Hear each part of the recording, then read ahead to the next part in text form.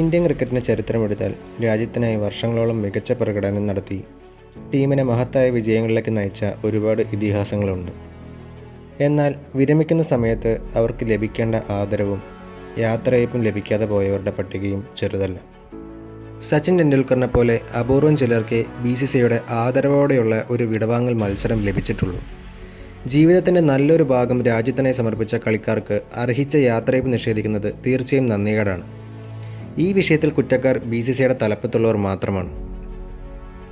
മികച്ചൊരു യാത്രയയപ്പ് ലഭിക്കാതെ കളി മതിയാക്കേണ്ടി വന്ന ഇന്ത്യൻ ഇതിഹാസ താരങ്ങളെ മാത്രം ഉൾപ്പെടുത്തിക്കൊണ്ട് ഒരു ഡ്രീം പ്ലേയിങ് 11 തിരഞ്ഞെടുത്താൽ ആരെല്ലാം ഉണ്ടാകുമെന്ന് നമുക്ക് നോക്കാം.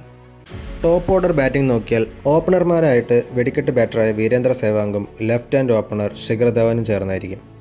2013 ടീമിൽ നിന്ന് പുറത്തായ സേവാഗ് 2 വർഷം കാത്തിരുന്നിട്ടും അവസരം ലഭിക്കാതെ 2015 വിരമിക്കേണ്ടി വന്നു. ICC ടൂർണമെൻറ്റുകളിലെ ഇന്ത്യയുടെ വിശ്വസ്തനായിരുന്നു ധവാൻ. 2022 അവസാനമായി ധവാൻ കളിച്ചത്. തുടർന്ന് കഴിഞ്ഞ വർഷം വിരമിക്കൽ പ്രഖ്യാപിച്ചു.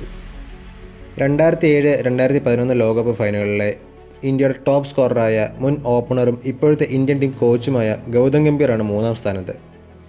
അദ്ദേഹത്തിനും അർഹിച്ചൊരു വിടവാങ്ങൽ ലഭിച്ചില്ല. ബാറ്റിംഗ് ഇതിഹാസവും മുൻ ക്യാപ്റ്റനും കോച്ചുമായ രാഹുൽ ദ്രാവിഡാണ് 4ാം നമ്പറിൽ. കരിയറിൻ്റെ അവസാന നാളുകളിൽ അപമാനിതനായിട്ടാണ് അദ്ദേഹം ഗ്രീസ് വിട്ടത്. 2012 39ാം വയസ്സിൽ ഒരു വാർത്താ സമ്മേളനത്തിൽ വെച്ചായിരുന്നു അദ്ദേഹത്തിൻ്റെ വിരമിക്കൽ പ്രഖ്യാപനം.